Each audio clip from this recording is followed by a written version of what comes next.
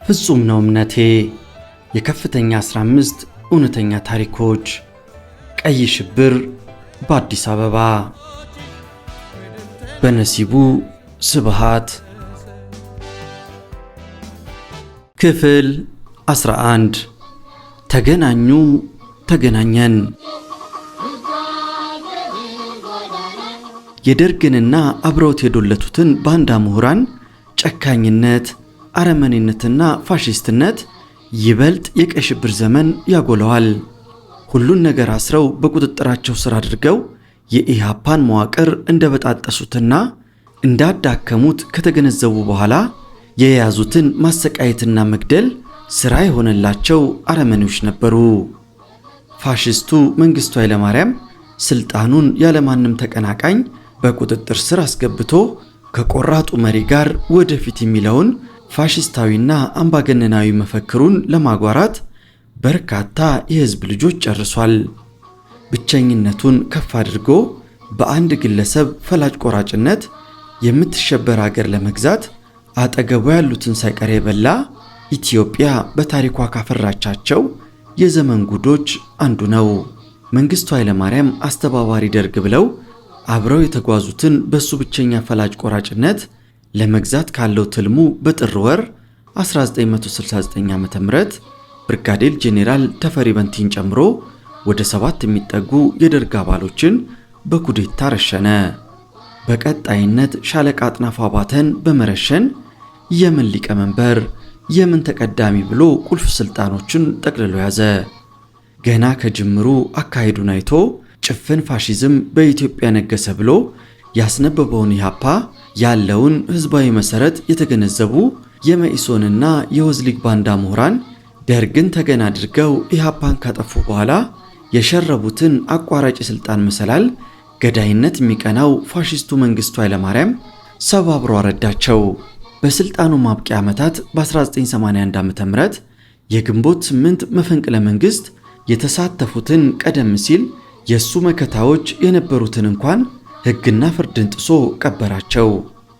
ግድያና መንግስቱ ኃይለማርያም የአንድ ሳንቲም ሁለት ገጾች መሆናቸውን ያሳየ 17 ዓመት ሙሉ ደም አፍስሶ ራስ ወዳድነቱን ያሳየ አረመኔ የወንበዴ ገዢ እንኳን ለተቀናቀነው አጠገቡ ሰጥ ለጥ ላሉትም ያልተመለሰ እንደነበረ የትላንት የግድያ ታሪኩ ምስክር ነው።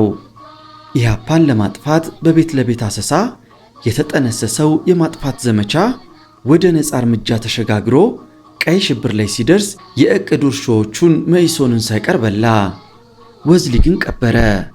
ኢማሌድህ ንዶ ብቸኛው የመንግስቱ ኃይለማርያም ሰደድ ከኢሰፓኮ ወደ ኢትዮጵያ ሰራተኞች ፓርቲ ኢሰፓ ተሸጋገረ። በከፍተኛ 15 እስር ቤት የመኢሶን አባላትም ገቡ። ደርግን አስተምረውና አሰልጥነው ሊያስተምራቸው አጎራቸው። አብዮት ልጆቿን ትበላለች እያለ አላገጠባቸው። ብርሃኑ ዘሪሁን፣ ግርማ ፔንቶ፣ መስፍን አለማየሁና ሌሎች ታሰሩ። ከ1968 ዓ.ም ጀምሮ ከመንገድ ላይ ከህብረተሰቡ የጠፉት የሰፈራችን ልጆች እስር ቤት አየናቸው። የመኢሶን ታሳሪው ግርማ ፔንቶ እንደ ታሰረ ቁጭ ብዬ ጋቤን ተከናንቤ የጧት ፀሐይ ስሞቅ አይቶ ይኖራል መጣና አጠገቤ ተቀመጠ። ደህና ነህ ነሲቡ አለኝ ፈገግታውን እያሳየኝ። ደህና ነኝ አልኩት። አሰቃይተው እንደገደሉ ነበር የሰማሁት። በሕይወት ያለህም አልመሰለኝም ነበር አለኝ። አለሁ አልሞትኩም አልኩት። በጣም ስላንተ ብዙ ሰማ ነበር። አንዳንዴ ወሬውን ማመን ይከብደኝና ኧረ እባካችሁ ወንድሙን አባተ እንደሆነ የምትሉት የአንድ ፍሬ ልጅ ለዚህ ደርሷል ማለት ይከብደኛል።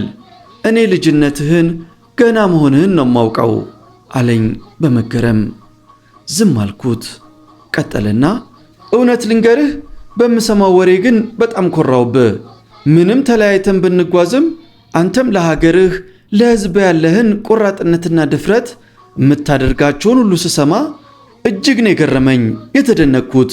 ዋናው እንኳን ተረፍክ፣ አይዞህ፣ አሁን ሁላችንም እንደገና አንድ ነን አለኝና ተለየኝ። መኢሶንን ዝም ብሎ ጥላቻ ሳይሆን የፈለገ አቋም ይኑራቸው በሀገሪቷ የፖለቲካ አቅጣጫ ላይ ከፋሽስትና ገዳዩ መንግስቱ ኃይለማርያም ጋር ማበራቸው ብቻ ትልቅ ጥፋት ነበር። አቋማቸውን ይዘው ደርግ ውስጥ ከመወሸቅ ይልቅ እንደኛው ህዝብ ጉያ ውስጥ ተወሽቀው ቢያልቁ ባማረባቸው። እናቶች፣ አባቶች አቋማቸውን አውቀው ሳይሆን የደርግ አረመኔነት የቀን ተቀን ሮሯቸው ስለሆነ መኢሶኖችን ጠሏቸው። የትኛውም ሰፈር፣ መዝናኛ ቦታ፣ ትምህርት ቤት፣ መስሪያ ቤት ተጠሉ፣ ራቁ። በትግሉ ወቅት ተሳስታችኋል ብንባልም እኛ ለህዝባችን ቅስቀሳ ወረቀቶች እየተሽለኮሎክን በተንን። እኛ በየስብሰባው ስለ ህዝብ ብሶት እየተጋፈጥን አደባባይ ወጣን። ወጥተን ታሰርን፣ ተገረፍን፣ ተገደልን። እነሱ ግን ሳልኮስት ቢሮአቸው እንደተደበቁ፣ በህዝብ ድርጅት ጉዳይ ጽህፈት ቤት እንደተሰለፉ፣ በላንድ ክሩዘር ታጭቀው እንዳደፈጡ፣ መንገድ ሲሄዱ እንደባነኑ፣ ጥላቸውን እንደተጠራጠሩ፣ ክሪቲካል ስፖርት ብለው ተጠግተው አብዮታዊ ሰደድ ያሉት መንግስቱ ሰደድ እሳት ሆነባቸው። ክሪቲካል ጥይት አቃማቸው፣ ከኛው ጋር አጎራቸው። በከፍተኛ 15ም ሆነ ከየእስር ቤቱ ከወጣም በኋላ እኛ ከህዝብ ጉያ እየተወሰድን ታስረን ተገረፍን። የሚገደለው ተገድሎ የተረፍነው እዚያው ወደ ህዝቡ ተመለስን። ሰርግ ቤቶች፣ ለቅሶ ቤቶች፣ መረዳጃ ማህበራት፣ ሰፈሮች ወዘተ ለኛ በራቸው አሁንም ክፍት ነው። እኚህ የልጅነት ጓዶቻችን ግና ይሸማቀቁ ያዙ። ሁለታችንም ብንታሰር ከእስር በኋላ ዳግም ሊገፉ ነው። ከእኛ ጋር ካልኖሩ ከማን ሊኖሩ ነው? በትግሉ ወቅት ራሳቸውን ደብቀው እስረኛ ሆነው የሰቀቀን ሕይወት ሲገፉ ከረሙ። አሁን ግን መተው ያለብን እኛ ነን። ይህ ደግሞ አሳሳቢ ነው። ድርጅታቸውን መኢሶንን ብንጠላውም በግለሰብ ደረጃ ግን የምናከብራቸውና የማንርቃቸው የልጅነት ጓደኛሞች ጋር እንደገና ተገናኘን። የኛ እነሱን ማቅረብ የሚሰማቸውን መሸማቀቅ ቀረፍንላቸው። እኛ አግልለን ከአካባቢው ይገለሉ ዘንድ እንደገና በር መክፈት አግባብ አልነበረምና ካለማየሁ ጋር ተመልሰን ተገናኘን። የልጅነት አሰልጣኜ ብሬ ጋር የድሮ ሳቅ ተጀመረ። ስለሺም ወደ ድሮ አመሉ ተመለሰ። ግርማ ፔንቶም በማህበራዊ ህይወቱ ቀዳሚ ሆነ። ከኑግ የተገኘ ሰሊጥ አብረ ተወቀጥ እንዲሉ አንድ ቤተሰብ ውስጥ አንዱ መኢሶን በመሆኑ ሌሎቹን የቤተሰብ አባላት በዚህ መልክ በማግለላችን የተካሄደበት መንገድ አግባብ አልነበረም።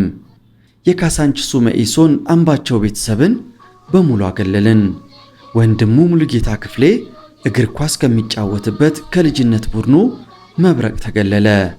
በዚያ ያሉ ቅርብ ጓደኞቹም ተገለሉ። ሙሉጌታ ያልጠበቀው ስለነበረ ወዴት እንደሚሄድ ግራ ገባው። ከልጅነት ጓደኞቹ እነከበደንና ሚሊዮንን መራቅ ሊቀበለው አልቻለም። ያላሰበው አጣብቂኝ ውስጥ በመግባቱ ትምህርቱን ትቶ ሰፈሩን ጥሎ ወታደርነት ተቀጠረ። እንደ ተቀጠረም ወዲያው ወደ ሰሜን ጦር ግንባር ተልኮ ብዙም ሳይቆይ በጦር ሜዳ ተሰዋ። የዚህ አይነቱ በጅምላ ማግለል ሂደት ጥሎ የሄደው ጸጸት ቀላል አልነበረም። የነ ሙሉጌታ ቤተሰቦች እናትና አባት አቶ ክፍሌና ባለቤታቸው አብዬ ሰው አክባሪ፣ ለድሃ አዛኝ፣ የብዙ ቤተሰቦች መጠጊያ የሆነው ቤት ከእስር በኋላ በልጅነት ጓደኛዬ አለማየሁ አማካኝነት እንደገና እንደ ቤቴ የኖርኩበት ቤተሰብ መሆኑን ሳይ ምን እንደተደረገ ግራ ይገባኛል። አይኑ ትንንሽና በጣም ቀይ በመሆኑ ሚሊዮን ቻይና ብለን የምንጠራው በዚህ መጽሐፍ ላይ ምስጋናዬን ያቀረብኩለት ወገናችን ይህን አስመልክቶ ጸጸቱን ሲያጋራኝ እንዲህ ይላል። የኢሃፓና መኢሶን መለያየት ምንም በማናውቀው የልጅነት ጓደኛሞች ላይ ተጽዕኖ አሳደረ። በመብረቅ እግር ኳስ ቡድን ያለን በሙሉ ሙሉጌታ ክፍሌን ከቡድኑ አባረርነው። ከሱ ጋር ማውራትም ሆነ መገናኘት አቆምን። ሁሉ ነገር ግራ ገባው። ወዴት እንደሚሄድ አቅጣጫ ጠፋበት። መስቀለኛ መንገድ ላይ ቆመ። በታላቅ ወንድሙ አምባቸው ምክንያት እሱ ላይ የወሰድነው ማግለል ሳይፈልግ ወታደርነት ተቀጥሮ ሕይወቱ እንዲያልፍ ምክንያት የሆነን ያህል ይጸጽተኛል። ለቤተሰቡ በጣም ቅርበት ስለነበረኝ እናቷ አብዬ እጅግ ስለሚወዱኝ ሲጠሩኝ እንኳን በተቃራኒው አይናማው ነበር የሚሉኝ። ሁሉ ነገር ካለቀና እንደገና ከተገናኘን በኋላ አባታቸውን አባባ ክፍሌን ለትዳር ሽማግሌ የሆኑኝ ዘንድ ስጠይቃቸው እጅግ በጣም ነው የተደነቁት። ሊያምኑ አልቻሉም። እናቱም የልጅነት ጓደኛዬን ሙሉጌታን ዳግም ባስታውሳቸውም አክብሬ ባደረግኩት የአማላጅነት ጥየቃ በሽታ ተቀብለው ፈጸሙልኝ። ይህ በቤተሰብ ደረጃ መለያየት የፈጠረብን የዚያ ጊዜ ወቅት ትቶ ያለፈው ጠባሳ ቀላል አልነበረም። ፍጹም ነው እምነቴ መጽሐፍ ልጅነት ትረካ ላይ ያነሳሁት ብርሃኑ ወይም ብሬ ወንድሙ መኢሶን ስለሆነ ያራቅነው ወንድማችን ነበር። ዛሬ እንደገና አብረነን። ብርሃኑ ለዚህ መጽሐፍ በዚያ ጊዜ የነበረውንና የተሰማውን በሰፊው እንዲህ ሲል ገልጾታል። ሁሉም ነገር የሆነው እንደ ድንገት ነው ይላል። ለእኔ ደግሞ ድንገቴው የምርና ስር የሰደደ መሆኑ የገባኝ በቀበሌው ጽሕፈት ቤት በተካሄደው ስብሰባ ላይ ሆነ። ለካንም የፖለቲካው አቋም መስመር ይሉታል እነሱ ያን ጊዜ ልዩነቱና ፍጥጫው ጦዞ ኖሯል ውስጥ ውስጡን። በዚህም የተነሳ አዲስ በተቋቋመው የቀበሌው ወጣት ማህበር ውስጥ ማን ይሳተፍ ማን አይሳተፍ የሚለው ጉዳይ አነታረከ። የቀበሌው ጽሕፈት ቤት ስብሰባ ቢጤ አዘጋጅቶ የነበረ ይመስለኛል።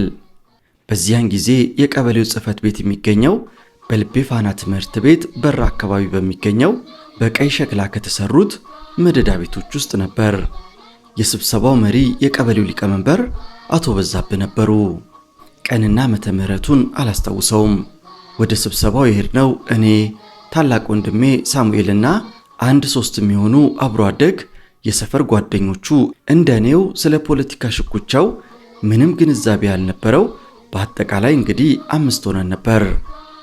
ታላቅ ወንድሜና ጓደኞቹ በፖለቲካው ልዩነት ስለነበረ ግጭትና ጸብ እንደተፈጠረ ገብቶኝ ምን ያህል ስር የሰደደ መሆኑን ግን ከቶም የሚገባኝ አልነበረም። ብቻ ብሬ ሄድኩኝ። ከኛ በፊት በርካታ ወጣቶች አዳራሽ ተብየዋን ትንሿን ክፍል አጨናንቀዋታል። ሊቀመንበሩ አቶ በዛብህ በአንድ በኩል ወንበር ላይ ተቀምጠዋል። ከፊታቸው ጠረጴዛ አለ። ስንገባ ጉርምርምታ፣ አልፎ አልፎም ቁጣ ያዘለ ዛቻና ስድብ ቢጤ ተቀበለን። መደማመጥ የሌለበት ስብሰባ ለጥቂት ደቂቃዎች ተካሄደ። ሆኖም በስድብና ኃይለ ቃል በተሞሉ የቃላት ልውውጥ ተበተነ። በሁለቱም ወገን ኃይለ ቃል ይሰነዘራል፣ ለማስረዳትም ይሞከራል። መደማመጥ ግን አልነበረም። ከወንድሜና ጓደኞቹ ተቃራኒ የቆሙት ወጣቶች ቁጥር በጣም በርካታ ስለነበረ ፍጥጫውም የዛኑ ያህል የሚያስፈራ ነበር። በተለይ አብረን ካደግኳቸውና በሚገባ ከማውቃቸው አንዳንድ የሰፈር ልጆች ፊት ላይ ያነበብኩት ጥላቻ፣ ንዴትና እልህ ጉዳዩ ቀላል አለመሆኑን አስረዳኝ። የፖለቲካ ሽኩቻው ስር እየሰደደ መሆኑ የዚያን ዕለት ገባኝ። ሆኖም ሽኩቻው ቶሎ ይበርዳል ወይም ይፈታል የሚል ተስፋ ግን ነበረኝ። አንዳንድ ፖለቲካውን የሚያውቁ ሰዎች ወይም በሚዲያ እውነተኛው መስመር አሸናፊ ሆኖ ይወጣል ሲሉ ተስፋዬን የሚያጠናክሩ ነበሩ። ግን አለመሆኑ ውሎ ሳያድር ይታይ ጀመር። ስብሰባው ባለፈ ማግስትና ሰሞናት ሁኔታዎች እየተለዋወጡ መጡ። ታላቅ ወንድሜና የእሱ የፖለቲካ መስመር ተጋሪ ጓደኞቹ ከአብዛኛው አብሮ አደግ ወጣቶች ተገለሉ። አሁን የፖለቲካው ጸብ መንስኤውና ምንነት ይከነክነኝ ጀመር። በዛ ዕድሜ ከኔ ከፍ ያሉትን የሰፈራችንን ወጣቶች መጠየቅ ያዝኩ። ውስጠ ምስጢሩ ባይገባኝም ጥቂት ፍንጮች አገኘው። ታላቅ ወንድሜና አብረውት በአንድ አቋም ላይ የተሰማሩት ጓደኞቹ ፌዲስት እንደሚባሉ አወቅኩኝ። ይህ ሁሉ ሲሆን ታዲያ በእኔና በሌሎች የቤተሰባችን አባላት ላይ ተጽዕኖ ይኖረዋል ብዬ ከቶም አላሰብኩም ነበር። ይሁንና በሚቀጥሉት ጥቂት ሳምንታት አዳዲስና እንግዳ ነገሮች በሕይወቴ ላይ ተከሰቱ። አብሬም ውላቸው የዘውትር የሰፈር ጓደኞቼ ይሸሹኝ ጀመር። እኔ ስቀርባቸው ሰበብ እየፈጠሩ ይበታተናሉ፣ ወይም ፊቴ ምንም ቃል አይናገሩም። በአጠቃላይ የእኔ በመካከላቸው መገኘት የማይመቻቸው ሆነ። ውሎ አድሮ ደግሞ በርካታ አብሮ አደግ ጓደኞቼ ሰላምታም ነፈጉኝ፣ አያናግሩኝም።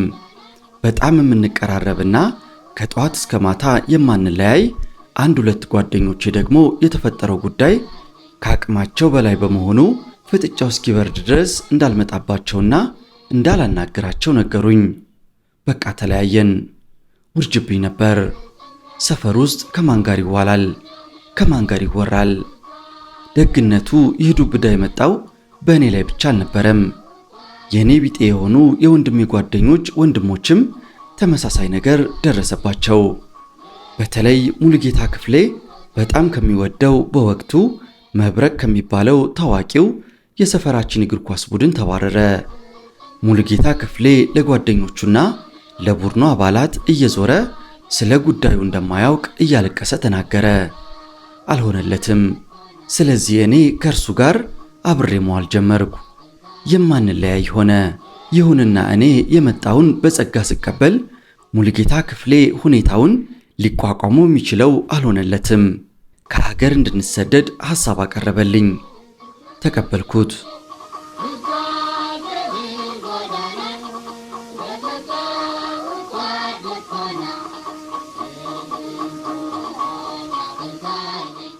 እኔና ሙሉጌታ ወደ ጅቡቲ ያደረግነው የመሰደድ ሙከራ ሳይሳካ ቀርቶ ከድንበር ተመለስን።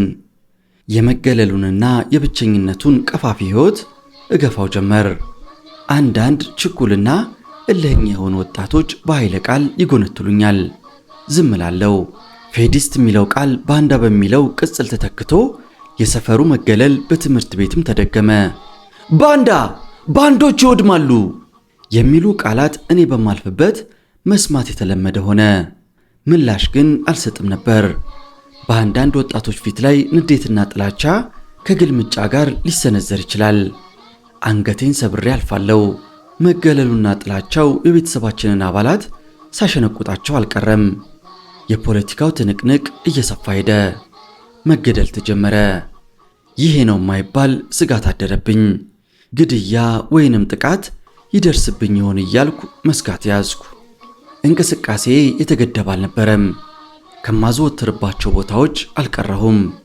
ደጅ ውላለሁ። ሲያመቸኝ ሲኒማ ገባለሁ። ይህ ሁሉ ሲሆን ምንም አይነት የፖለቲካ ተሳትፎ በየትኛውም ድርጅት ውስጥ አልነበረኝም። ወደ ቀበሌው ጽሕፈት ቤት አልሄድኩም። በዚህ ምክንያት ይመስለኛል እያደር የነጻነት ስሜት ይሰማኝ ጀመር። በኢሃፓ ውስጥ እንደሚሳተፉ የምጠረጥራቸው የሰፈራችን ወጣቶች አንዳንዴ እኔ ከፊታቸው ስመጣ መንገድ አሳብረው ይሄዳሉ።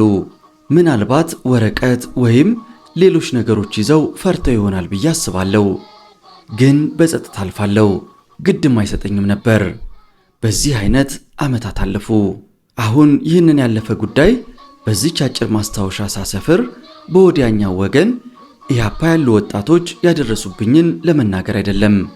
አሁን ማናችንም በዘመኑ የተገኘን ወጣቶች ከሁለቱ በአንዱ ወገን መሆንን የመተው አደራ በታሪክ ተጥሎብን እንደነበረና ከዚህም ማምለጥ ይቻል እንዳልነበረ እረዳለሁ።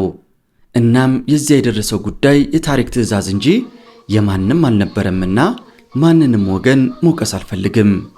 እንዲያውም ከዚያ በላይ አሁን ሳስበው ውለታ እንዳለብኝ ይሰማኛል። በዚያ ሁካታ ግርግርና ደመ ከልብነት በበዛበት ዘመን እኔ በነጻነት ኖሬያለሁ ብዬ አስባለሁ። ይሁን እንጂ ተወልደው ባደጉት ማህበረሰብ፣ አብረው ካደጓቸው ጓደኞች፣ በስጋ ከተቆራኛቸው ዘመድ አዝማድ መገለል፣ በጥላቻና በወንጀለኝነት መታየት በማንም ላይ ዳግም እንዲደርስ የማልፈልገው መጥፎ ዕጣ ነው።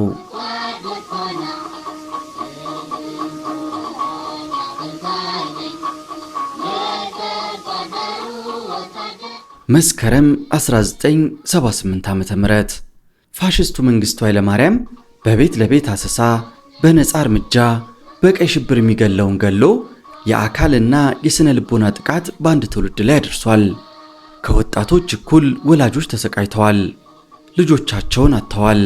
ለቁም ነገር በቅተው ለሀገርና ለሕዝብ ተስፋ ይሆናሉ ያሏቸውን ልጆቻቸውን ግድያ ሳያለቅሱ ይቀበሉ ዘንድ ተገደዋል። እድለኛ ቤተሰብ አንድ ተገሎበት ሌላው ታስሮ ሌላዋ ደግሞ ያለችበት ሳይታወቅ ወደ ውስጥ ያለቅሳሉ። ታናሽና ታላቁ የተገደሉበትማ በድኑ ነው የሚንቀሳቀሰው። በልጅነት ዕድሜያቸው አባት ወይም እናት ተገድለው ማንነታቸውን ሳያውቁ ተደብቀው እንዲያድጉ የተገደዱ በርካታ ናቸው። በኢትዮጵያ ከፋሽስት ጣሊያን ወረራና ጭፍጨፋ ቀጥሎ በሀገሪቷ የደረሰ የአንድ ትውልድ መመተር ዘመን የደርግ ነጻ እርምጃና ቀይ ሽብር ነበር።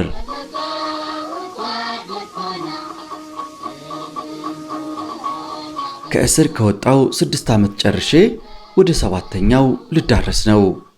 የሞቱት ጓደኞቼ አንደኛውን ቁርጡን አውቀነዋል። ከ1970 ዓ.ም ጀምሮ በእስር ላይ ያሉ ጓደኞቻችን አሉ። ገና ተማሪ ነኝ። ከእስር በኋላ የሐሳብ መበታተን ስለሚያጠቃኝ አነበዋለሁ፣ አጠናዋለሁ እንጂ ትምህርቱም የጉልበት ሆኖብኛል።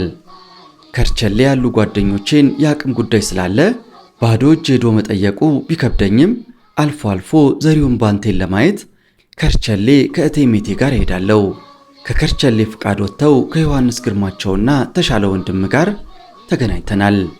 የከርቸሌ ልጆች እዚያው እርስ በርሳቸው እየተማሩ በወቅቱ በሚደረገው የ12ኛ ክፍል መልቀቂያ ፈተና ከርቸሌዎች ከ1973 ዓ.ም ጀምሮ በየዓመቱ በየትም የሀገሪቷ ክልል ካሉት ትምህርት ቤቶች አንደኝነቱን ይዘዋል። እነ ዮሐንስና ዘሪሁን እዚያው ማትሪክ ወስደው በጥሩ ውጤት አልፈው ወደ ዩኒቨርሲቲ ለመግባት መፈታታቸውን ይጠባበቃሉ። ቤተሰብም በተለይ ደርግ ስልጣን የተቆናጠጠበት መስከረም 2 በመጣ ቁጥር በአሁኑ ይፈቱ ይሆናል እያሉ እንደጓጉ እስከ 1978 ዓ.ም ምንም ሳይኖር ቆይቷል። በ1977 ዓ.ም መጨረሻ የአዲስ አበባ ዩኒቨርሲቲ ተማሪዎችና መምህራን ደርግ በቀየሰው ሰፈራ ፕሮግራም መሰረት ወደ ጋምቤላና አንዳንድ አካባቢዎች ክረምቱን ሲያዘምቱ በእግሬ ምክንያት በየካቲት 12 ሆስፒታል ሜዲካል ቦርድ በተሰጠኝ የመጎዳት መረጃ ተቀባይነት አግኝቶ ዘመቻውን አልተካፈልኩም ነበር። ደርግ 10ኛውን የአብዮት በዓል በ1977 ዓ.ም ሲያከብር በከፍተኛ ወጪ አዲስ አበባን በተለያዩ መብራቶች የማስዋብ ዘመቻው ተካሂዷል። ወቅቱ የሰሜን ኢትዮጵያ ረሃብ የከፋበትና ሕዝብ እያለቀ ያለበት ቢሆንም ደርግ ደንታ ሳይሰጠው የገዳይ ልደቱን ለማክበር ሁሉን ነገር አጠናቋል። እንዲህ አይነቱ ሽርጉድ ሲመጣ መከራና ችግር ላልተለየው በተለይ ደግሞ 7 ዓመት በእስር እየማቀቁ ያሉ ወጣቶች ቤተሰቦች ይህን ምክንያት አድርገው አሁንስ ልጆቻችን ቢፈቱልን የሚለው ጉጉትና ተስፋ እጅጉን ጨምሯል። ይፈታሉም የሚለው ወሬ በከተማው ተናፍሷል። ሆኖም ደርግ ነገ የሰው ሥጋ ያስፈልገዋልና ዘለዘላቸው። በቀጣዩ ዓመት 1978 ዓ.ም እንዲሁ መስከረም 2 ሲመጣ የቤተሰብ እንቁጣጣሽ የልጆች መከራ ነው። ቤተሰብ አሁንም ጠበቀ። መስከረም 1፣ 2፣ 3፣ 23 ቢጠብቅ ምንም የለም። ሁሉም ቤተሰብ አዘነ። ተስፋውን ለእግዚአብሔር ሰጥቶ ሁሉም ቁጭ አለ።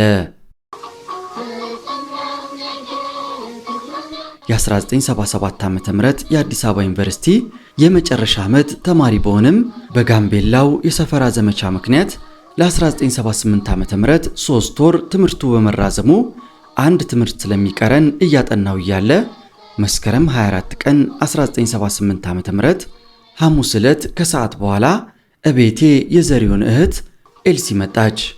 አልጋዬ ላይ ቁጭ ከማለቷ ገና የምስራች አለችኝ።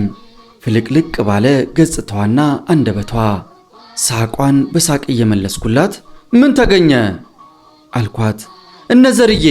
እነዘርዬ ሊፈቱ ነው አለችኝ። ሰውነቴ ኤሌክትሪክ እንደነዘረው ወረረኝ። አቀፍኳት። ምን ሰማሽ? እንዴት አወቅሽ? ለመስማት ጓጓው። የይብቃው እናት ዛሬ ከርቸሌ ሄደው ነበር። ተሻለን ከርቸሌ ወርክሾፕ ውስጥ አግኝተውት ልንፈታ ነው ብሎ ዘሎ ተጠመጠመባቸው። ከዚያስ አልኳት በመገረም።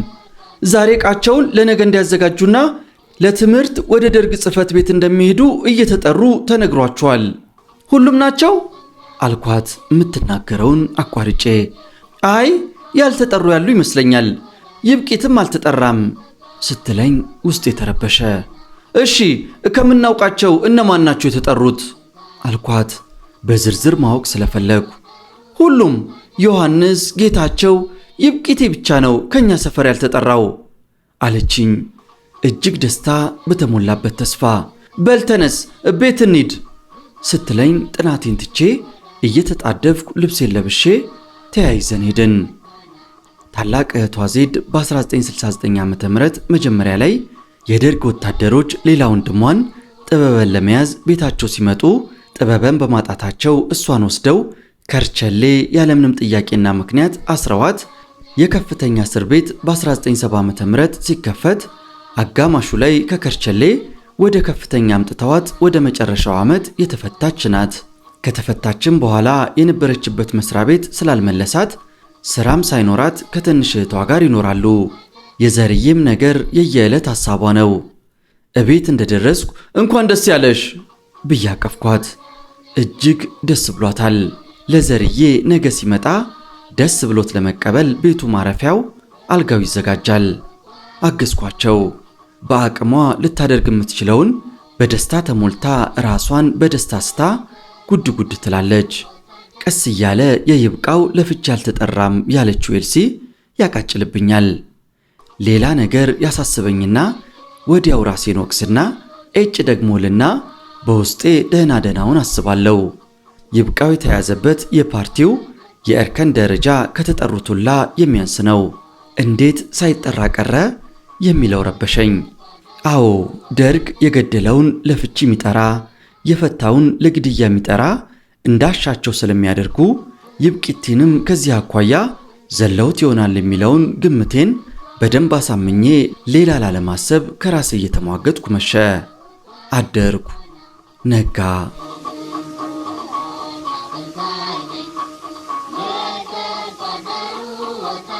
ኤልሲን በማግስቱ ያለውን ሁኔታ ወዲያው ሰው ልከሽ ወይም መተሽ እንድትነግሪኝ ብያት ተለያየን። መልእክተኛም የመጣም ሰው ባለመኖሩ እየቆዘምኩና ግር እያለኝ በድኔ የቤታቸውን በር አንኳክቶ ገባው። ምን የሄደ ሰው ነበር አልኩ። አዎ ለትምህርት ዛሬ ወደ ደርግ ጽሕፈት ቤት ሄደዋል ተብሏል አለችኝ ዜድ። ምንም አልተዋጠልኝም። ለአፌ ብቻ አይ ጥሩ አልኩኝ። ከዚያ ዝምታ ዋጠን። አይ ነገ ቅዳሜ ስለሆነ በደንብ አንቅተው ይለቋቸዋል አለችኝ ዜድ። መልስ መስጠትም አልቻልኩም። የምወደውን የኤልሲ ቡና ዓመት የቆየው ያህል ጠብቄ እየመረረኝ ጠጥቼ ወደ ቤቴ ብር አልኩኝ። ማንም እንዳያየኝ አልጋዬ ውስጥ ገብቼ ስቅስቅ ብዬ አለቀስኩ። አልወጣልህ አለኝ። እነኚህ ጨካኞች ምን ነው ያኔ ሞት በተናቀ ጊዜ ቢገሏቸው 8 ዓመት አስረው ዩኒቨርሲቲ ሊገቡ ተምረው ሁሉ ነገር ባበቃበት ወቅት ምን የሚሉት ጭካኔ ነው? ጩህ አለኝ። ምን ልሁን? ዮሐንስ ግርማቸው ከአንዴም ሁለቴ ፍቃድ ወጥቶ አግኝቼዋለሁ። እንዴት ይታስቦ ጥፋ አትመለስ ይባል? እጅህን እንዳትሰጥ አይምርሁም ያልኩት ጊዜ ዘሪሁን ከእንግዲህ ከራሴ በቀር ይዤ የሚሄደው ስለሌለኝ ተያዝኩ አልተያዝኩ እያልኩ አልንከራተትም ብሎ አሻፈረኝ ያለኝ መጣብኝ። እውን ኢትዮጵያ እንዲህ አይነት አረመኔም አብቅላለች? ሁሉም ነገር ከተደመደመ ያውም 8 ዓመት በኋላ የት ይደረሳል? ምን ይደረጋል? እንቅልፍ በዓይኔ ሳይዞር ነጋ።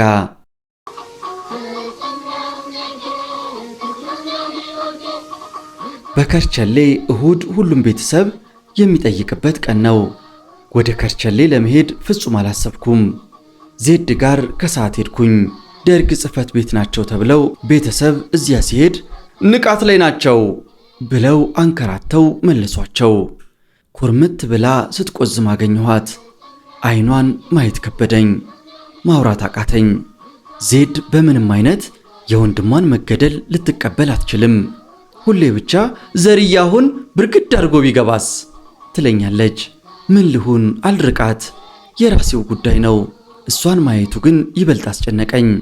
እነኚህ አረመኔዎች በዚህ መልኩ በጠቅላላው 40 እስረኞችን ግማሽ የሚሆኑት በኢሃፓ ትጥቅ ክንፍ ያሉና የሃይማኖት ሰዎችን ጨምሮ ከረጅም ዓመት እስር በኋላ ገደሉ። ይብቃውን ከዚህ በኋላ ፈቱት።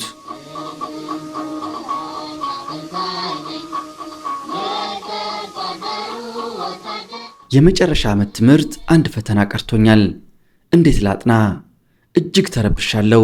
ከእስር ከወጣች ጀምሮ ከቤቴ ጠፍታ የማታውቀው ጌጤ ገብረ ማርያም በተገደሉ በ2 ቀናት ውስጥ ሳሳ ብሎ ረዘም ያለውን የቤት ልብሷ ላይ ነጠላ እንደተከናነበች ማታ ላይ ቤት የመጣችና ገና ቁጭ ከማለቷ ነሲቡ ገደሏቸው አይደል ብላ እንባዋ ዱብ ዱብ አለ። የአንክብል አይኗ አላቋርጥ ያለ የእንባ ምንጭ ሆነ። በጉንጮቿ እንደ ጅረት እየወረደ የተከናነበችውን ነጠላዋን አራሰው። ልታዘው ያልቻለችው እንባዋ በየመሃል ወይዘርዬ ቆየት ብላም ጌትሽ እያለችና የምታውቃቸውን እየጠራች አነባችው። ራሴን እየታገልኩ ዝም ብዬ አስጨረስኳት። ምን ይሻላል ነሲቡ? ቀጠል አደረገችናም በቁጭት አውሬዎች አውሬዎች እያለች አፍንጫዋን መጠራረግ ጀመረች። በቃ አይደል አለችኝ። አዎ በቅቷል። ምን ይመስላቸው? ምን ብለው ይሆን? ባለፈው እኮ ሄጄ እንፈታለን ነው ያሉኝ። ውይ ዘውድነሽ ምን አለች? እንዴት ነች? አቤት አቤት ቤተሰቡ ጉዱ ፈላ። ምን ነው ያኔውኑ በገደሏቸው። ስንታችንን አሳቀው። እግዜሩ ይላቸው። በቃሽ፣ ምንም ማድረግ አይቻልም፣ መቀበል ብቻ ነው። ተስፋ የጨለመበት ዘመን ነገ ጥሩ ቀን ይመጣል ሲባል ሞት ነው የሚሰማው። ገደሉት፣ ገደሏት፣ ሱዳን ገባ፣ ኬንያ ገባች፣ የት እንዳለች አይታወቅም። አውሬ መንገድ ላይ በልቷቸው ይሆናል። ይህ ነበር የአረመኔው ደርግ 17 ዓመት ሰቆቃ።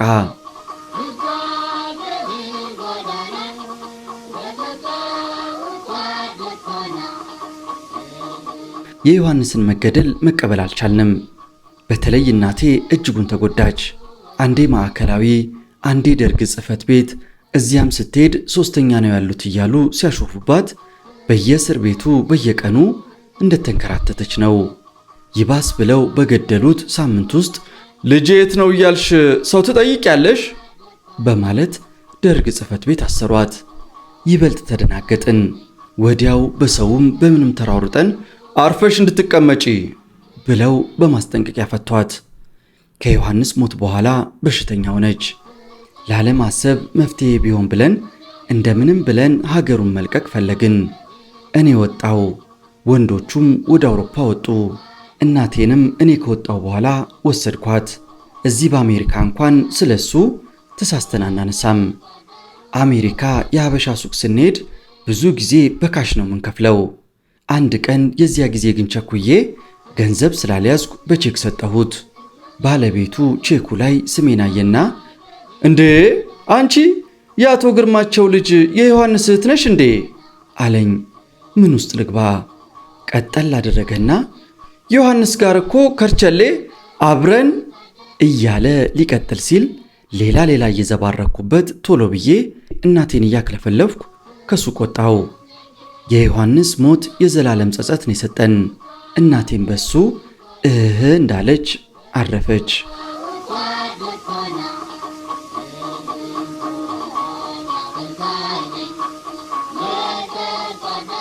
የዮሐንስን ትልቅ ፎቶ ግድግዳዬ ላይ ሰቅየው ነበር። ፎቶ ገና በሩን ከፍተህ ስትገባ ፊት ለፊት ሳቅ ብሎ ይታያል። ታዲያ አንድ ቀን ስገባ ድንገት ሳየው የእውነት ያለ መሰለኝ። አዞረኝና ወደቅኩ። ከዚያ ጊዜ ጀምሮ ፎቶውን እንኳን ማየት እየከበደኝ አነሳሁት። እንዴት እንደገደሏቸው እንኳን አናውቅም። በቀደም በጻፋችሁት ያ ትውልድ ተቋም ልሳን ላይ በገመድ አንቀው እንደገደሏቸው ሳነብ እንደገና ትኩስ ለቅሶ ሆነ። ውይ ወንድሜን እንዴት አድርገው አነቁት! ምን ነው ጥይት አልቆባቸው ነው? ለካስ ላሟሟትም ምርጫ አለው ትለናለች ቲቲ ግርማቸው ጀምራ እስከምትጨርስ እያለቀሰች ካጫወተችኝ።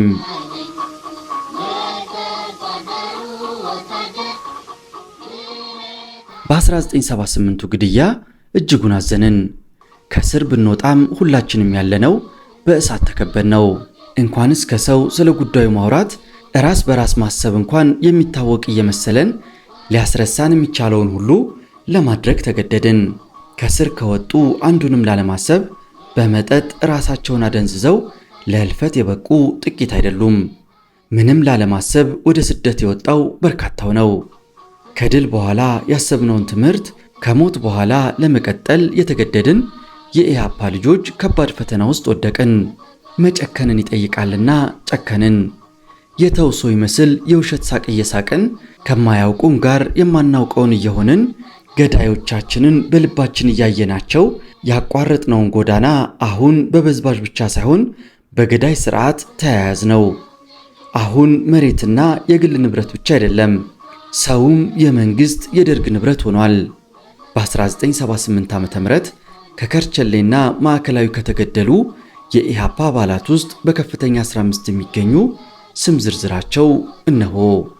አንደኛ ጌታቸው ኩምሳ በቀዳማዊ ኃይለ ሥላሴ ዩኒቨርሲቲ 4ኛ ዓመት ተማሪ የነበረ በሲዳሞ የኢህአፓ ኢንተርዞን ከፍተኛ 15 ታስሮ ወደ ከርቸሌ የተላከ። ሁለተኛ ዮሐንስ ግርማቸው ከፍተኛ 15 ቀበሌ 27። ሶስተኛ ንጉሴ እውነቱ ከፍተኛ 15 ቀበሌ 27። አራተኛ ዘሪሁን ባንቲ ከፍተኛ 15 ቀበሌ 27። አምስተኛ ተሻለ ወንድሙ ከፍተኛ 15 ቀበሌ 27። ስድስተኛ ጌታቸው አሰፋ ከፍተኛ 15 ቀበሌ 28። ሰባተኛ አስናቀ ጌታቸው የኢህአፓ አባል የነበረውና በከፍተኛ 15 እስር ቤት ኮማንደር በመባል የሚታወቀው አስናቀ ጌታቸው በ1970 ዓ.ም በከፍተኛው እንደታሰረ ከመቅጽበት ወደ አብዮቱ ካምፕ ተቀላቀልኩ በማለት የሚያውቃቸውን ጨምሮ በርካታ እስረኞችን በማስያዝ በመግረፍ በማሰቃየትና በማስገደል አሳዛኝ ድርጊት በመፈጸም ሕይወቱን ለማትረፍ ለከፍተኛ 15 ገዳዮች ያላደረገው ጥረት አልነበረም። እነሱም የሚፈልጉትን ያህል ተጠቅመውበት ወደ ከርቸሌ ወረወሩት። በሌሎች ደም ሊያድናት የጓጓላትን ሕይወቱን ደርግ ከላይ ከተጠቀሱት ለድርጅታቸውና ለሀገራቸው ፍጹም እምነታቸውን ጠብቀው ከተሰዉት ጋር ደባልቆ ገሎታል።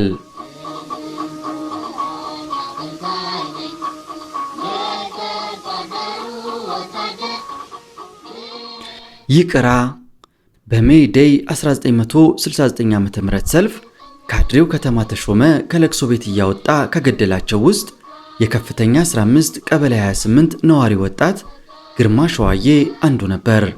ከተማ በቀጣይነትም በከፍተኛ 15 ቀይ ሽብር ኮሚቴ አባል በመሆን በከፍተኛው በግፍ ለተረሸኑ ወገኖች አንዱ ተጠያቂ ስለነበር አሁን ባለው አገዛዝ እስር ቤት ገብቶ ከ7 ዓመት እስር በኋላ ተለቀቀ። ከተማ ከተለቀቀ በኋላ በሰራው ሥራ ጸጸትም አልተሰማውም።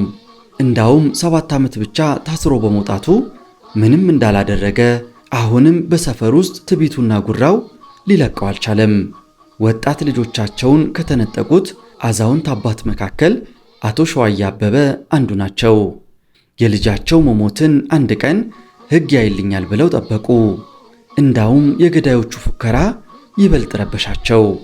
ልጃቸውን ገሎ እንደገና የሚያሳየው ፉከራ እረፍት የነሳቸው አቶ ሸዋዬ ከተማን ወደ ምስራቅ ጎፍ ትምህርት ቤት አካባቢ በመጠበቅ በሽጉጥ ተኩሰው ከገደሉት በኋላ እጃቸውን ለፖሊስ ይሰጣሉ። ጋዜጠኛ ሲሳይ አጌና ቃሊቲ እስር ቤት በነበረበት ወቅት እሳቸውም እስረኛ ነበሩና ከአቶ ሸዋዬ ጋር ተገናኝቶ ያወጉትን እንዲህ ሲል አጫውቶኛል። አቶ ሸዋዬ ጋር ቃሊቲ በእስር በነበርኩበት ወቅት በ1968 ዓ.ም አብረን ነበርን። ወደ 80 ዕድሜ ክልል የሚደርሱ ቆፍጣና አዛውንት ናቸው። የልጃቸውን ገዳይ በመበቀላቸው ደስተኛ ናቸው። ፍርድ ጠበቅኩ፣ አላገኘሁም። እንዳውም ከተፈታ በኋላ ይባስ ብሎ ይፎክርብን ጀመር እና በዚህ ዕድሜ ቅጣቱን ሰጥቼዋለሁ።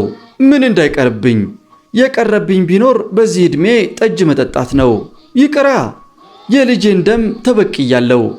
የልጄን ገዳይ ከገደልኩት በኋላ እንኳን አካባቢ ቀይሬ ወደ ሀገሬ መንዝ ልገባ እችል ነበር። ግና በደህና ጊዜ ያላየኋቸውን ወገኖቼን በችግር ጊዜ አላስቸግርም ብዬ ነው እጄን የሰጠሁት። ለየትኛው ዕድሜ የአንድ ልጄን የግርማን ደም ተበቅዬለታለሁና ደስተኛ ነኝ። በፋሽስቱ ደርግ አገዛዝ ወደ 15 ዓመት ቀጥሎም ወደ 7 ዓመት ጠብቀው ያገኙት ፍርድ ባለመኖሩ ራሳቸው ብይን ሰጥተው የታሰሩት የአቶ ሸዋያ አበበ ድርጊት የሚያሳየው በልጃቸው ሞት ግማሽ ዕድሜያቸውን ሲብከነከኑ እንደኖሩ ነው። አቶ ሸዋያ አበበ በአሁኑ ወቅት ተፈተው በገዳም እንደሚኖሩ ይታወቃል።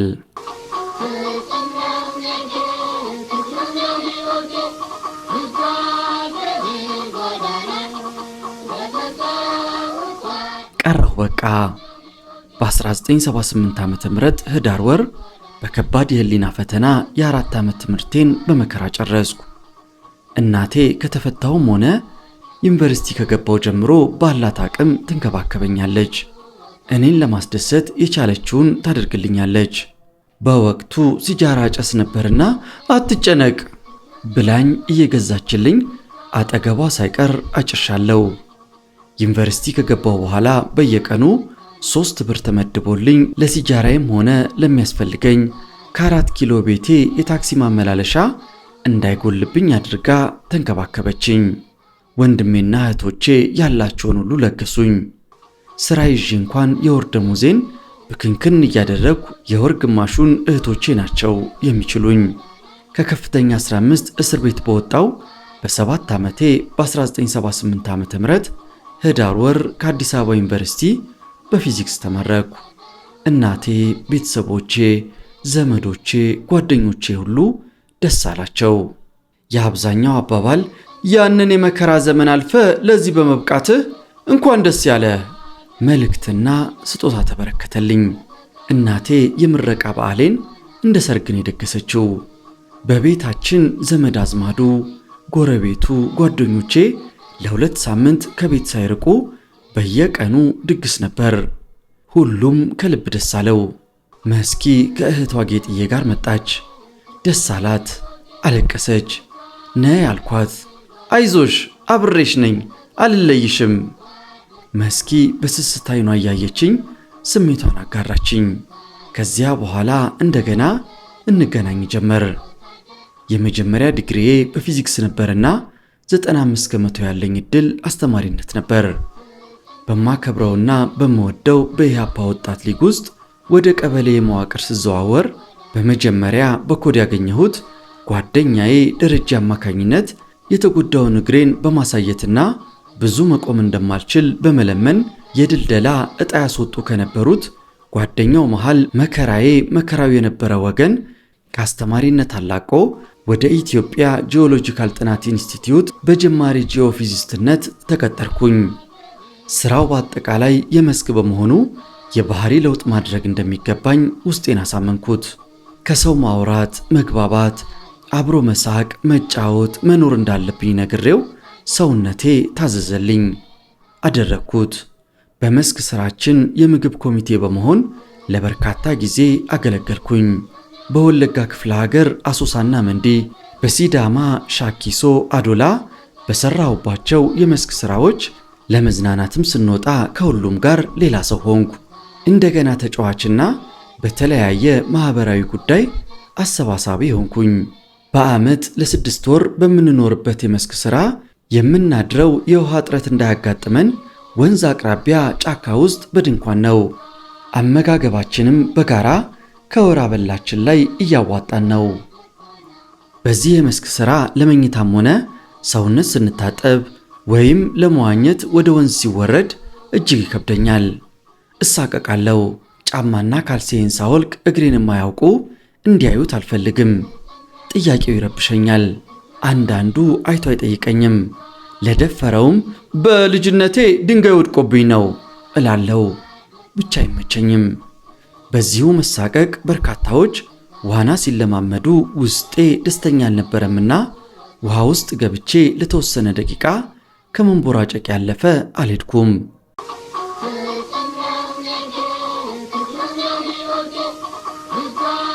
ከእስር ከተፈታው በኋላ የራኳት መስኪ ከልቤ ልትወጣ አልቻለችም። ምረቃ ዝግጅቴ ላይ ተገኝታ እንደገና ቃል እንደገባሁላት ትምህርቴን እንደጨረስኩ አገኘኋት። እጅግ ደስ አላት። ውስጣችን ያለውን ፍቅራችንን እንደገና ጀመርን። እንደ ልጅነታችን ልንሆን ግን አልቻልንም። እየተዋደድን እየተፈላለግን መዋደዳችንን ልናፍቅር አቃተን። ደስ ብሎን አብረን ቆይተን ደሞ እንለያያለን። እንደገና እንገናኛለን። እኔም በሷ እሷም በኔ የተዋጥን ብንሆንም ፍቅርን መጨበጥ አቃተን። መውደዷን ሳጨልምባት ቅር እያላትም አትለየኝም። መስኪዬን ልጎዳት ባልፈልግም ጎዳኋት። አሁንም ማሙሽዬ አትለየኝ ብትለኝም የሷ ፍቅር ከኢሃፓ ጋር ሄዶብኛልና ውስጤ ሞቷልና ለመስኪ አስቸገርኳት። ቤተሰቦቼ ሁላ መስኪን ይወዷታል። እህቴ ሰኒ ነሲብዬ እባክህ አትለያት። ልመናዋ በውስጤ ጉዳቴን አልተረዳልኝም እያልኩ ዝም እላታለሁ። የመስኪ እህት ጌጥዬ ከዓመት በላይ በየቀኑ ቤቴ እየመጣች ቤታቸው እየወሰደችኝ መስኪን ዳግም እንዳቅፍላት ተንከራታለች። ታላቅ ወንድሜም ቤቴ ድረስ መስኪን ቢያመላልሳትም በህልሜ መሰለኝ። ብቻ ደስ ሲለኝና ሰውነቴ ሲታዘዝ ደስ በሚል ስሜት ከመስኪ ጋር እንቀጥላለን። ነፍሱን ይማርና የኮሎኔል ተፈረደኝ ልጅ ወንድዬ የመስኪ ቤተሰብ ነበርና ፍቅራችንን ስለሚያውቅ ከመስከረም ጋር እንደገና ጀመርክ መሰለኝ ይለኛል። ሳቅ እያልኩ ምን አየህ እለዋለሁ። መስኪ ታስታውቃለች። ካንተ ጋር ከሆነች በወሬው አንተን መጥራት ስላንተ አውርታ አጠግብምና ሰሞኑን ይኸው ነው ወሬዋ ይለኛል። ቀጠል አድርጎም እናቷ ይህች ልጅ እንዴት ነው? ሰሞኑን እርጋታዋ በዛ ይላል፣ ጸባዩዋ ሁሉ ይለዋወጣል፣ ጨዋታና ሳቅ ይበዛል ይለኛል። አዎ የተፋቀርነው እኮ ደማችን ነው እለዋለሁ። ምን አንተ ደግሞ ሲነሳበት ዘጋትና ቅስሟን ስትሰብር አየለ ይለኛል። በሞቀ ጨዋታችን ውስጥ ከመስኪ ጋር እንዲህ እያልን በዕድሜ ስንጫወት በደረሰባት የጤና እክል ስቃ ያልጠገበችው ፍልቅልቋ ወጣት ፍቅሯ ሰቀቀን የሆነባት መስከረም 13 ቀን 1990 ዓ.ም የዛሬ 17 ዓመት ከዚህ ዓለም በሞት ተለየች። እጅጉን አዘንኩ። ይበልጥ ተሰማኝ። አለቀስኩላት። እንቺ ልቤ እኮ ነው ማሙሽ ብለሽ ቀፊው ብዬ በድኗ ላይ የአበባ ጉንጉኔን አኖርኩላት። ዛሬ መስኪ የለችም። ኖራ የጻፍኩላትን ብታይ ደስ ባለኝ። የታዳጊ ወጣቷ ኢሃፓ አፍቃሪ አይዞሽ፣ የትግሉም የፍቅራችንም ታሪክ ሕያው ነው። ዛሬም ጠረንሽ አብሮኝ ነው። ወደ አንቺው መጥቼ በመንፈስ እስክንገናኝ ነፍስሽን ይማር ይልሻል የልጅነት ማሙሽዬ።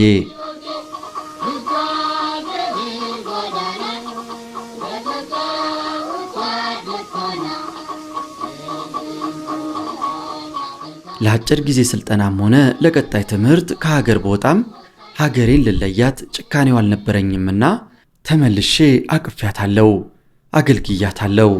በ1966 ዓ.ም ከ17 ዓመት የሥራ ዘመን በኋላ ወደ አሜሪካ መስሪያ ቤቴን በመወከል ኢንተርናሽናል አቶሚክ ኢነርጂ ኤጀንሲ ባዘጋጀው ኮንፈረንስ አት ጎልደን ኮሎራዶ ላይ ሃይ ሪዞሉሽን ኤርቦርን ስፔክትሮሜትሪ ሰርቬይ ፎር ጂኦሎጂካል ማፒንግ ሲዳሞ አዶላ ኤሪያ ሳውዝ ኢትዮጵያ በሚል ያዘጋጀሁትን ጥናታዊ ጽሑፍ ካቀረብኩ በኋላ እስከ ችግሯ እስከ መከራዋ የምወዳትን አገሬን ፊቴን አዞርኩባት። እማማዬን ራኳት፣ አኮረፍኳት። ቀረው፣ በቃ አሜሪካ ቀረው።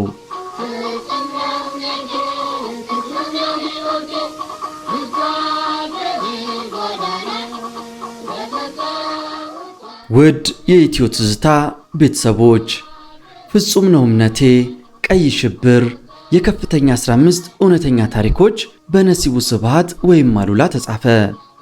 ነሲቡ ስብሃት በዚህን ሰዓት ነዋሪነቱ በአሜሪካ ነው። ታሪኩን በዚህ መንገድ አካፈለን። በመጨረሻም ላይ ነሲቡ ስብሃትና ሌሎች የኢሃፓ አባላት በከፍተኛ 15 እስር ቤት እያሉ ያሰቃያቸው የነበረውን ከፈለኝ ዓለሙን በአሜሪካ ዴንቨር ተገናኙ። በዴንቨር የሆነውን ሁኔታ ደግሞ በቀጣይ ዝግጅታችን ይዘንላችሁ እንቀርባለን። ባለ ታሪኩ ነሲቡ ስብሃት ግን አጭር የድምፅ መልእክት ልኮልናል። እሱን ለእናንተ እየጋበዝን ለዛሬ ዝግጅታችንን እናበቃለን። በቀጣይ ክፍል እንገናኝ። ይህም የኢትዮጵያ ታሪክ ነው። ለኢትዮ ትዝታ የዩቲዩብ ተከታታዮች በሙሉ መስከረም 2007 ዓ.ም ወይም ሴፕተምበር 2015 ታትሞ የወጣው ፍጹም ነው እምነቴ ቀይ ሽብር የከፍተኛ 15 ካሳንችስና አካባቢዋ እውነተኛ ታሪክ መጽሐፌ በኢትዮ ትዝታ እየተተረከ ይገኛል።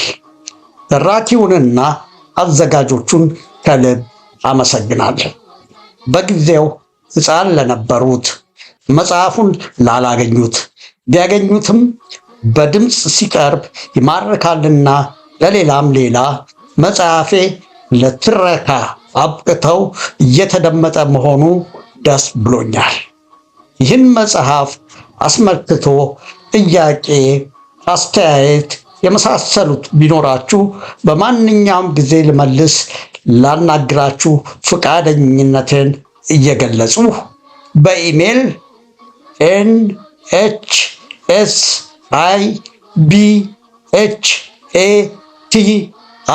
nhsibhat@gmail.com በስልክ 703 300 4302 መላክ ወይም መደወል ትችላላችሁ። የዚህ መጽሐፍ ደራሲ ነሲቡ ስብሃት ነኝ ከዩኤስኤ ቨርጂኒያ አሜሪካ። አመሰግናለሁ። ሰላም ዋሉልኝ።